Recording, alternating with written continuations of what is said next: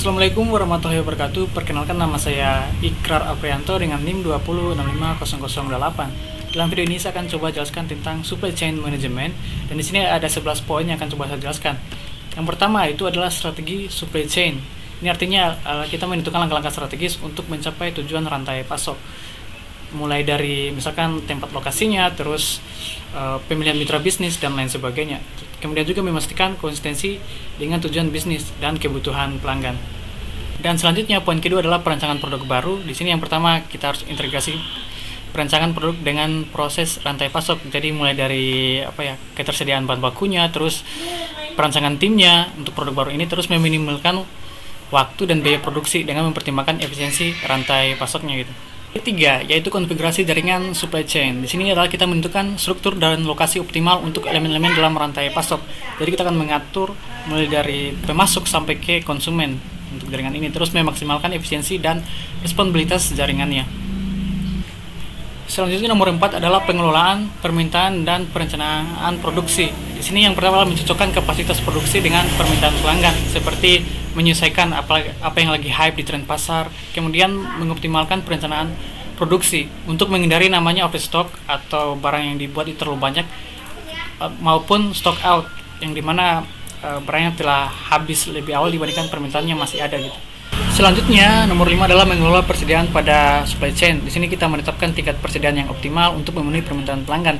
Jadi untuk seperti menghindari stock out yang tadi, kemudian mengurangi biaya persediaan dan meningkatkan efisiensi. Yang ini sangat penting karena jika seandainya bisa diefisiensi, itu akan bisa lebih baik lagi. Selanjutnya, manajemen pengadaan. Di sini dimana kita harus memastikan sumber daya dan bahan yang dibutuhkan tersedia secara efisien, kemudian membangun dan memelihara hubungannya komunikasi dengan para pemasok. Selanjutnya nomor 7 yaitu manajemen transportasi dan distribusi. Di sini artinya kita merencanakan dan melaksanakan sistem distribusi yang efisien, yang artinya yang sudah kita rencanakan.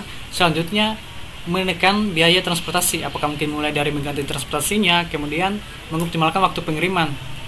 Jadi sebisa mungkin waktu pengirimannya lebih cepat. Kemudian bagian 8 yaitu distorsi informasi dan bullseye effect. Di sini kita harus memahami dan mengurangi distorsi informasi dalam rantai pasok, karena bila tidak nanti otomatis akan menyebabkan bullseye effect. Bullseye effect ini artinya di mana kita membuat sesuatu ternyata misalkan nih konsumen ternyata lebih sedikit gitu dibandingkan supply yang kita telah buat. Kemudian pengukuran kinerja supply management. Di sini adalah kita menilai kinerja rantai pasok dengan metrik yang relevan.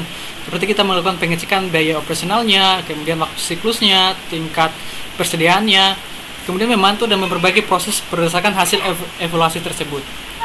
Kemudian pada poin 10 yaitu teknologi informasi dalam manajemen supply management ini. Ini sangat penting karena ini dapat mengintegrasikan solusi teknik informasi untuk meningkatkan visibilitas dan otomatisasi. Yang terpenting di sini adalah data yang dipunya ini benar-benar akurat, sehingga teknologi informasi ini bisa dipakai secara akurat juga atau lebih efisien dan efektif, menerapkan sistem informasi untuk memperbaiki efisiensi operasionalnya. Kemudian yang terakhir yaitu mengelola rantai pasok global. Di sini bila yang supply chain yang kita atur sini adalah dalam tingkatan global. Di sini kita menangani tantangan dan peluang dalam rantai pasok global. Kemudian memastikan regulasi kepatuhan terhadap aturan-aturan yang ada internasional dan mitigasi resikonya. Mungkin itu saja semuanya yang saya jelaskan. Sekian dan terima kasih.